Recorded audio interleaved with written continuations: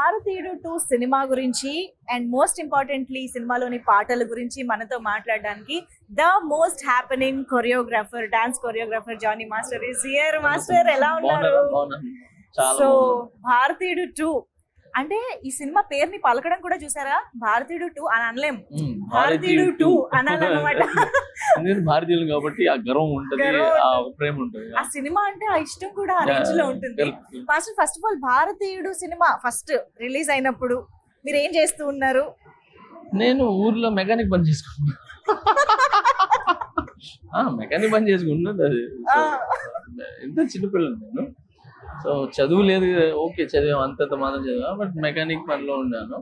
పక్కనే థియేటర్స్ అన్ని. నెల్లూరులో పక్కనే థియేటర్స్ అన్ని పక్కనే. సో అక్కడ అర్చనలో నర్తికి థియేటర్ దేంట్లోనో ఈ సినిమా 3వ హాల్లో దేంట్లో ఉండాలి. సో మా అక్కడే షాప్స్ ఉండేది, కనమాల్ అక్కడంతా కూడా. సో అక్కడికి వెళ్ళినప్పుడు ఈ సౌండ్స్ ఎక్కువ వినపడతా ఉండేది. అంటే పాటలు అప్పుడు మేము వెళ్ళిపోయేది, ఛాయ్కని వెళ్ళిపోయేది, పాటలప్పుడు పాటలు వినేసేది, వచ్చేసేది. సో అలా చేసుకుంటూ అంటే అది వేరే ఆ రోజులు ప్యూర్. అది అప్పుడంతా ప్యూర్గా ఉండేది. ఆ స్ట్రీట్స్ కానీ జనాలు నిజంగా చెప్పినా చాలా ప్యూర్ ఉండేది. సో ఆ టైంలో ఈ సినిమా రావటం అంటే అప్పుడు కొత్త ఇవన్నీ. భారతీయుడు 2 అనగానే ఒక ముసలాయన అసలు ఎలా కొడతారంట, మర్మకళ మీరు ఒక 3 మర్మకళ ఇది చేసి చూపించాలి. అంటే మీ నుంచి స్టెప్పులు ఎప్పుడు మేము చూస్తాం. నాకే మర్మకళ రాదు. భారతీయుడు సినిమా ఎన్నిసార్లు చూసాను. ఇలా అంటారు ఒకటి ఇది కూడా ఉంది, ఇలా ఏదో ఇలా పెట్టి ఇలా గుద్దితే ఎప్పుడైనా ప్రయోగించారా ఎవరి మీద? చిన్న సినిమా చూసి వచ్చింది అదే పని. చిన్నప్పుడు ఎవరైనా మాట్లాడినా ఎవరైనా ఏదైనా చేసినా అలా ట్రై చేసేది. బట్ మజాక్ రా బాబు అని చెప్పి మళ్ళీ, కానీ వచ్చేది కాదు అది మా అందరికి. అదొక ఆర్ట్. ఇప్పుడు మార్షల్ ఆర్ట్స్ ఎలాగో, సో అలాగా మర్మకళ అనేది అందులో మన ఇండియన్స్ దాంట్లో. ఇప్పుడు మార్షల్ ఆర్ట్స్ అనేది ఎక్కడి నుంచో వచ్చింది. సో అలాగా మనకు ఇక్కడ మర్మకళ అనేది మన ఇండియన్స్ లో క్రియేట్ అయింది. మర్మకళ అనేది అది మన ఇండియాలో ఉండటం అనేది అది నిజంగా అది గ్రేట్ గా అండ్ చాలా గర్వంగా ఫీల్ అవుతాం. అలాంటి మనకి తెలియని ఎన్నో ఎలిమెంట్స్ ఉన్నాయి, చాలా ఉన్నాయి దీంట్లో. సో భారతీయుడు సినిమా నిజం చెప్పాలంటే నాకు పాటల ద్వారానే పరిచయం. అంటే చిన్నప్పుడు సినిమా అర్థం చేసుకోలేని స్టేజ్ లో we thoroughly enjoyed the songs. అప్పుడే కొత్తగా వచ్చిన టేప్ రికార్డర్ లో సో అవి బాగా గుర్తనమాట. సో అలా సాంగ్స్ పరంగా మీకున్న మెమరీస్ ఏంటి భారతీయుడు 2 మూవీ? భారతీయుడు 2 లో నాకు డాన్స్ పాటలు ఇవన్నీ కూడా బాగా ఇష్టమే.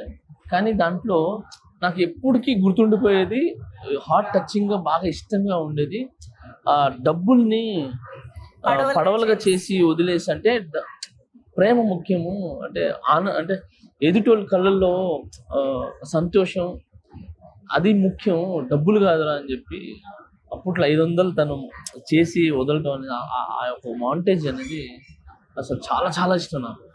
అందుకే పచ్చని చిలుకలకు తోడు ఉంటే అనేది నాకు చాలా ఇష్టం. మిగతా డాన్స్ సాంగ్ ఉన్నాయి, ఎన్ని ఉన్నాయి, బట్ ఆ సాంగ్ అనేది బాగా ఇది తగిలేస్తుంది.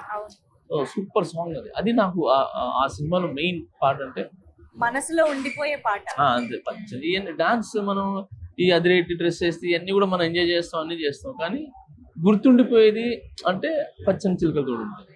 సో దాంట్లో బురదలో చేయటం, పడేయటం, అండ్ పెద్ద కమలాసంగా పోయి లుంగి కట్టుకుని ఇట్లా అనుకుని వేయటం, అండ్ ఆమె మన సుకన్య గారు వాళ్ళిద్దరులా అలా చేయటం. సో ఆ క్యూట్నెస్, ఆ మాంటేజెస్ అండ్ వాళ్ళ ఎమోషన్ అనేది అస్సలు సూపర్ కొరియోగ్రాఫ్.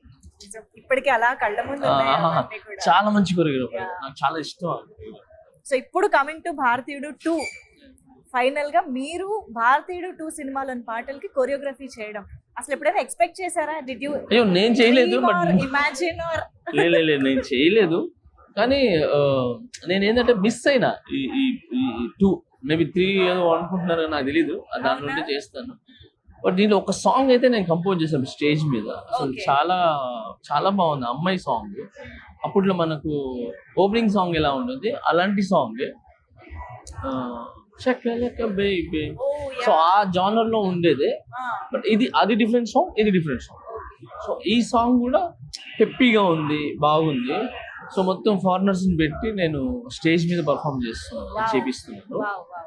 సినిమాలో ఇది నేను అప్పటికి శంకర్ గారికి పరిచయం అవ్వాల. సో RC-15 మనం చేసింది, అవునవును. చరణ్ సార్ RC-15 అవును. చేసాం. దానికి ముందు 3 years ముందే పాటలు అయిపోయినాయి, Oh, okay. షూట్ చేశారు పాటలు. అవునా? సో అందువలన నేను మిస్ అయిపోయినా, లేదంటే ఖచ్చితంగా ఈ సినిమాలు చేసేవాడిని. బట్ శంకర్ గారి సాంగ్స్ కి ఒక స్పెషాలిటీ ఉంటుంది. అయ్యో. ఆయన ఒక్కొక్క సాంగ్ ని చెక్కి ఒక థీమ్ పెట్టి దానికి ద మేకింగ్ లో కానీ, అవును. కొరియోగ్రఫీలో కానీ, గెటప్స్, 100%. లొకేషన్స్ అన్ని చాలా వెరైటీగా ప్లాన్ చేస్తూ ఉంటారు కదా. శంకర్ గారు ఫస్ట్ డాన్స్ ఇవన్నీ పక్కన పెట్టి, అంటే ఎవరు చూడనిది నేను చూపించాలి.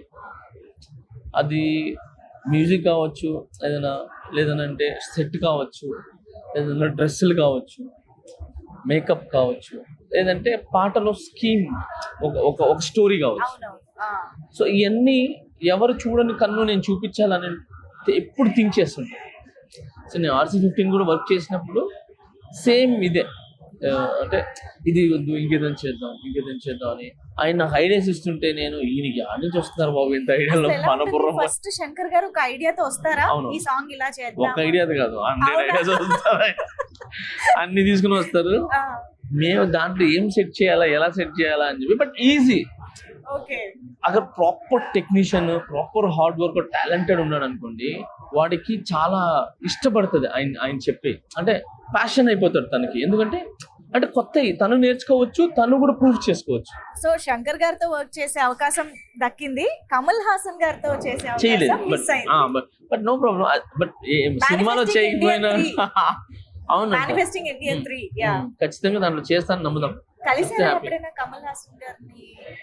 బయట చాలా ప్లేసెస్ లో కలిసాను, బట్ ఎక్కువ మనకు అంటే ఎప్పుడు ఒక సాంగ్ గానీ వెళ్తే మనం ఫలానా అని చెప్పి చేసి. నేను రజనీ సార్ కూడా చాలా సార్లు కలిశాను, బట్ జైలర్ సినిమాలో మనం దగ్గరగా చూసి పిలిచి డాన్స్ చేపించి అన్ని చేపించాను.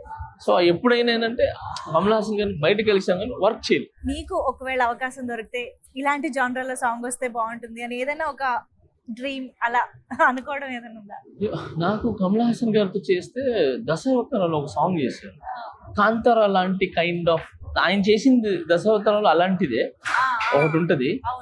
సో అది ప్రాపర్ గా ఇంకా ఎగ్జిక్యూట్ చేసి, అంటే ప్రాపర్ గా చేయాలి అనేది దాంట్లో భలే ఉంటది. అది మీరు చూస్తే దాంట్లో ఉంటది అన్ని అవతారాల్లో. సో ఆ విధంగా ఏదైనా ఇంట్రెస్టింగ్ గా అదొకటి. తర్వాత మాటలు కొరియోగ్రాఫ్ చేయడం ఇష్టం. ఓకే. కన్ను పిల్లవన్నీ కన్నులున్నవన్నీ ఎన్ని వగలు పోతున్నావే చిన్నారే, అంటే ఆపోజిట్ తన్న అంటే అలాంటి టాస్క్ అదొకటి. తర్వాత ప్రియతమా నీ వచ్చట కుశలమా నీ నిచ్చట కుశలమే, సో అలాంటి కొరియోగ్రఫీ చేయటం ఇష్టం. అయ్యో అది నెక్స్ట్ లెవెల్ సాంగ్స్. సో భారతీయుడు 2 సినిమా నుంచి ఒక ఆడియన్స్ గా మాలాగా ఏం ఎక్స్పెక్ట్ చేస్తున్నారు, ఎలా ఉండబోతుంది అనుకుంటున్నారు?